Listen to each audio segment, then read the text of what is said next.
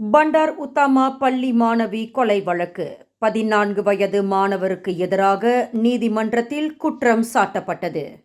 பண்டார் Utama பள்ளியில் மாணவி யாப்ஷிங் ஜுவேனை கத்தியால் குத்தி கொலை செய்த வழக்கில் 14 வயது மாணவர் மீது இன்று நீதிமன்றத்தில் குற்றம் சாட்டப்பட்டது.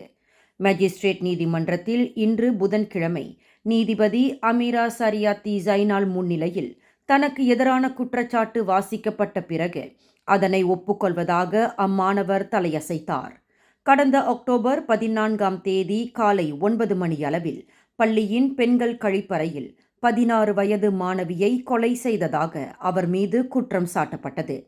கொலை குற்றத்திற்காக தண்டனை சட்டம் பிரிவு 302 கீழ் குற்றச்சாட்டு சுமத்தப்பட்டது.